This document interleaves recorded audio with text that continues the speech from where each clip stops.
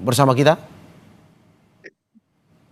Masih, Mas. Oke, Pak Muhari, seperti yang tadi kita juga ngobrol ataupun mendapatkan laporan dari jurnalis kami di lapangan di wilayah Agam Sumatera Barat. Mungkin ini juga bisa menjadi keterwakilan dari beberapa wilayah di dua provinsi lainnya, di mana masih ada wilayah terisolasi. Kalau dari BNPB sendiri hingga saat ini mungkin ada data yang dihimpun oleh BNPB. Berapa sebenarnya jumlah wilayah terisolasi dan kondisinya seperti apa saat ini? Apakah memang masih betul terisolir tidak bisa dilalui sama sekali atau bagaimana sebenarnya? Jadi ada dua hal, Mas Mario. Pertama, terisolir dari sisi akses darat yang putus. Nah, ini memang memerlukan waktu. Saya saat ini standby di Provinsi Aceh setelah 1 minggu di Sumatera Utara. Kami untuk Provinsi Aceh, misalkan sebelum nanti saya masuk ke Sumatera Barat, itu masih ada 3 kabupaten yang akses daratnya belum pulih, yaitu Aceh Tengah, Benar Meriah, dan Gayo Luas. Tetapi untuk distribusi logistik itu tidak ada lagi yang namanya daerah terisolir, karena kami menggunakan unit satuan udara untuk menjangkau seluruh kabupaten kota di 3 provinsi. Jadi saya ulangi, untuk distribusi logistik tidak ada satu kabupaten kota pun yang belum tersentuh. Saya bisa pastikan unit satuan udara kita sudah mendropping logistik ke seluruh kabupaten kota terdampak.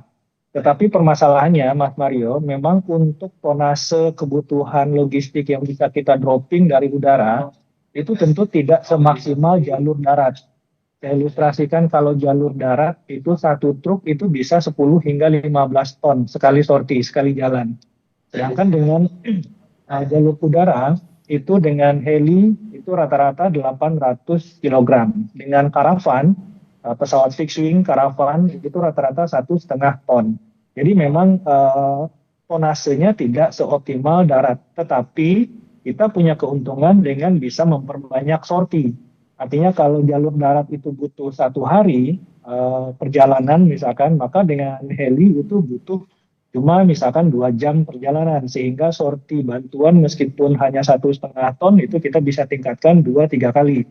Nah ini untuk sorti logistik, sekali lagi kami pastikan tidak ada kabupaten kota yang belum tersentuh. Nah kemudian untuk energi ini ada dua. Yang paling utama sebenarnya yang dibutuhkan masyarakat, pertama listrik dan kedua BBM. Untuk listrik memang ini juga karena akses darat belum pulih di beberapa tempat, termasuk juga Palembayan itu masih putus jalur Padang Bukit Tinggi. Sebenarnya nanti bisa ditempuh dari jalur dari Bukit Tinggi ke Agam via jalur alternatif. Sebenarnya nanti ini akan diupayakan oleh pemerintah daerah. Tetapi solusinya seperti halnya dilakukan oleh PLN di Aceh Tamiang, itu dropping genset sementara. Untuk Aceh Tamiang via jalur darat itu sudah dilakukan dropping hampir beberapa ratus genset yang saat ini sedang dalam proses distribusi ke kantong-kantong penduduk yang sedang mengungsi. Kami akan pantau lagi angkanya, nanti akan sampaikan. Hal yang sama itu juga akan dilakukan PLN untuk Kabupaten Agam.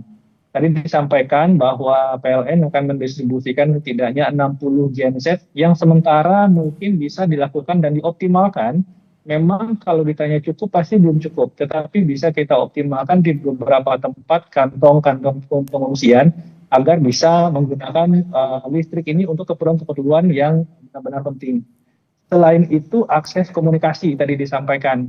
Ini juga menjadi prioritas, Mas Mario, bahwa akses komunikasi dan Komdigi itu disampaikan sudah mulai 80% pulih, tetapi tentu saja di tempat-tempat tertentu nanti saya akan berkoordinasi dengan tim kita di Sumbar agar unit Starlink yang masih ada itu segera kita tempatkan di Palembayan agar ini masyarakat juga bisa menggunakan sebagai akses komunikasi. Mas Mario.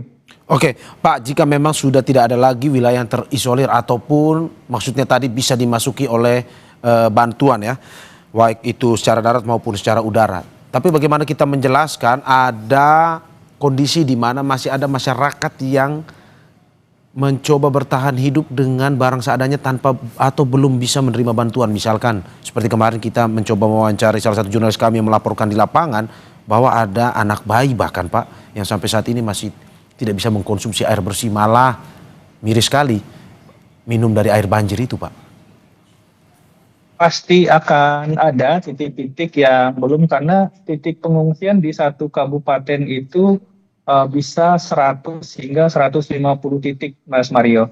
Jadi dropping heli kita juga selain mendropping bantuan di BPBD kabupaten kota untuk shop distribusi di kota, kita juga mencoba menjangkau titik-titik kantong pengungsian yang sudah bisa diidentifikasi titik koordinatnya.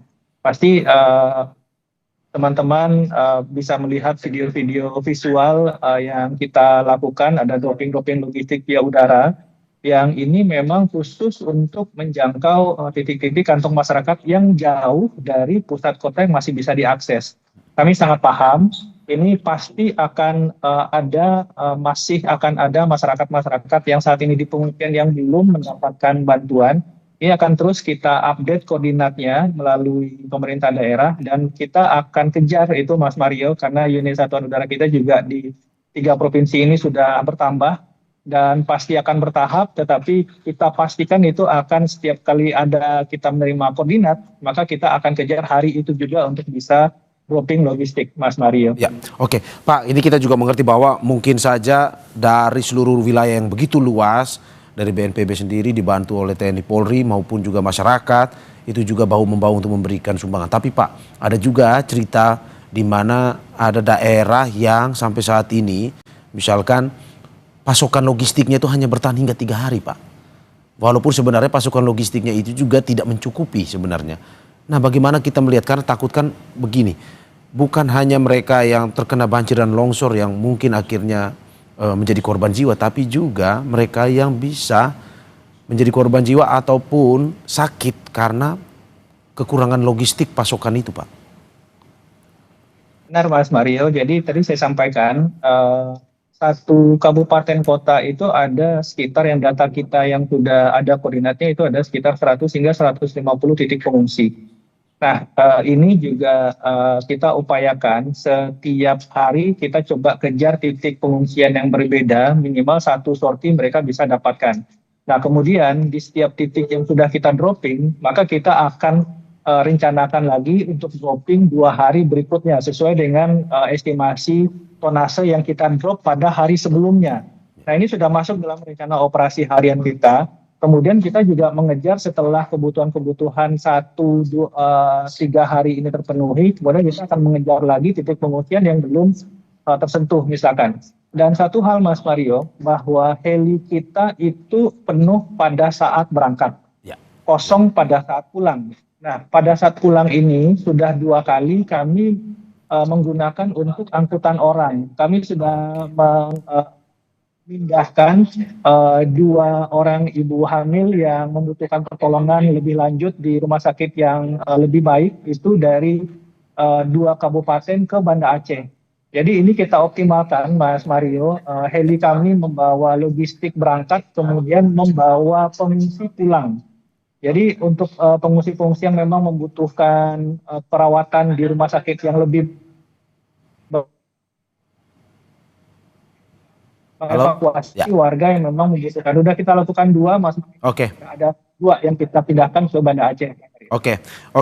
Pak Muhari, masih ada beberapa pertanyaan yang mungkin ingin kita tanyakan ke Pak Muhari terkait dengan pasokan logistik, belum lagi juga soal rentang waktu ini, perbaikan dan juga evakuasi yang dilakukan, jalur akses daratnya seperti apa, telekomunikasinya seperti apa. Tapi tahan sebentar Pak, ini kita akan kembali usai jeda berikut di Breaking News Kompas TV.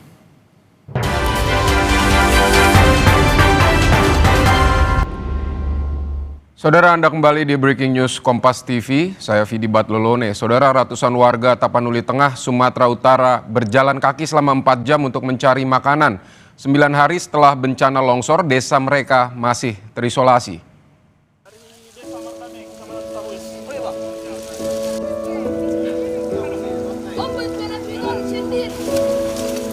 Warga Kecamatan Sitahuis, Tapanuli Tengah yang masih terisolasi akibat bencana longsor berjalan kaki ke desa terdekat untuk mencari bantuan. Mereka berjalan kaki selama 4 jam untuk mencapai desa terdekat di Kabupaten Tapanuli Utara. Berjalan dengan perlengkapan seadanya, sebagian tanpa alas kaki, melewati puluhan kilometer jalan yang tertimbun longsor. Belum ada dapat bantuan? Enggak ada, belum. Belum ada. Belum. Yang dari udara yang dijatuhkan seperti apa, Ibu? Belum dapat. Belum dapat. Di mana desanya, Ibu? Desa Ketimbun, Kecamatan Sitahuis. Mereka bertahan dengan sisa bantuan sosial yang masuk sebelum bencana, menjatah semua warga untuk memperpanjang masa persediaan. Semakin menipisnya persediaan, warga memutuskan untuk berjalan ke desa Pagaran Lampung 1 di Tapanuli Utara, desa terdekat dari pemukiman mereka yang saat ini sudah bisa dilalui mobil untuk menyalurkan bantuan. Kami dari pagi jam 7 sampai 11 menelusuri jalan yang rusak. Sampailah kami di Taput Persikaman jam 11. Jadi sampai sekarang kami belum menerima apa-apa. Jadi kami minta tolong biar agar semua masyarakat bisa memperhatikan kami dalam kondisi bencana ini. Kami ini semua belum makan karena kami bawa dari kampung nggak ada apa-apa. Soalnya kami ini mengejar inilah sesuap nasi ke sini. Siapa? 9 hari setelah desanya terisolasi akibat bencana longsor pada Senin pekan lalu, warga desa Sitahuis belum mendapatkan bantuan. Logistik yang disalurkan dari udara belum menjangkau sejumlah desa di Kecamatan Sitahuis, Tapanuli Tengah. Hingga hari ini, jalan lintas Tarutung Sibolga masih belum bisa dilalui kendaraan. Puluhan titik longsor masih menutup badan jalan. Tim Gabungan Percepatan Penanganan Bencana terus melakukan pembersihan jalan di kilometer 38. Roganda Malau, Kompas TV, Tapanuli Utara, Sumatera Utara.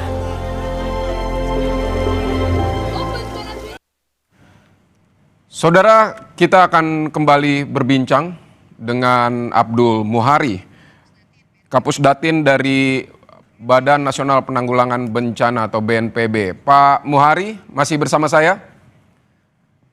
Terima kasih, Mas. Oke, masih di Kompas TV. Saya Vidi Batlolone, Pak. Singkat saja, Pak. Ini tadi sudah di berita sebelumnya kita sudah lihat masih ada sejumlah warga yang masih belum menerima bantuan. Ini upaya-upayanya seperti apa, Pak, biar mereka mendapatkan bantuan? Tadi Bapak bilang menyebutkan bahwa dari udara bisa dilakukan pengiriman bantuan, tidak ada lagi daerah-daerah yang terisolasi, tetapi masih ada warga yang mengaku bahwa mereka belum mendapatkan bantuan sama sekali. Jadi seperti apa, Pak? Benar, Mas. Untuk bantuan udara, itu tidak ada kabupaten kota yang belum kita dropping. Tetapi sekali lagi, di setiap kabupaten kota ini ada titik-titik pengungsi yang scatter itu jumlah titiknya itu ada 100 hingga 150 titik, Mas. Nah, ini yang kemudian kita sisir satu persatu dan kemudian sedapat mungkin kita coba kejar melalui jalur udara. Apakah kami dalam seminggu ini bisa menjangkau yang 100 titik itu? Saya bilang belum bisa seluruhnya. Pasti akan ada yang belum dapat. Nah, informasi-informasi titik-titik ini akan terus kita update. Sekiranya kita dapat informasi titik baru yang belum kita dropping sebelumnya, maka di hari itu kita akan langsung dropping dukungan logistik ini.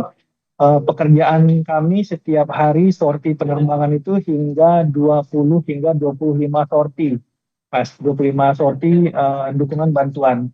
Nah, ini tentu saja kita mengejar tidak hanya di satu kabupaten.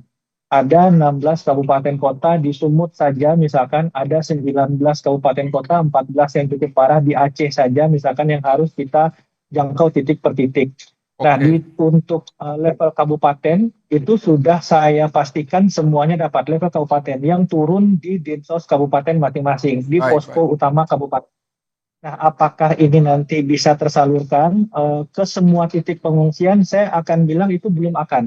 Tetapi kami dari posko udara itu akan selalu mencoba menjangkau titik-titik yang koordinatnya sudah dilaporkan oleh pemerintah daerah ke kami. Ini Baik. setiap hari kita akan coba optimalkan, Mas. Baik, terima kasih Pak Abdul Muhari.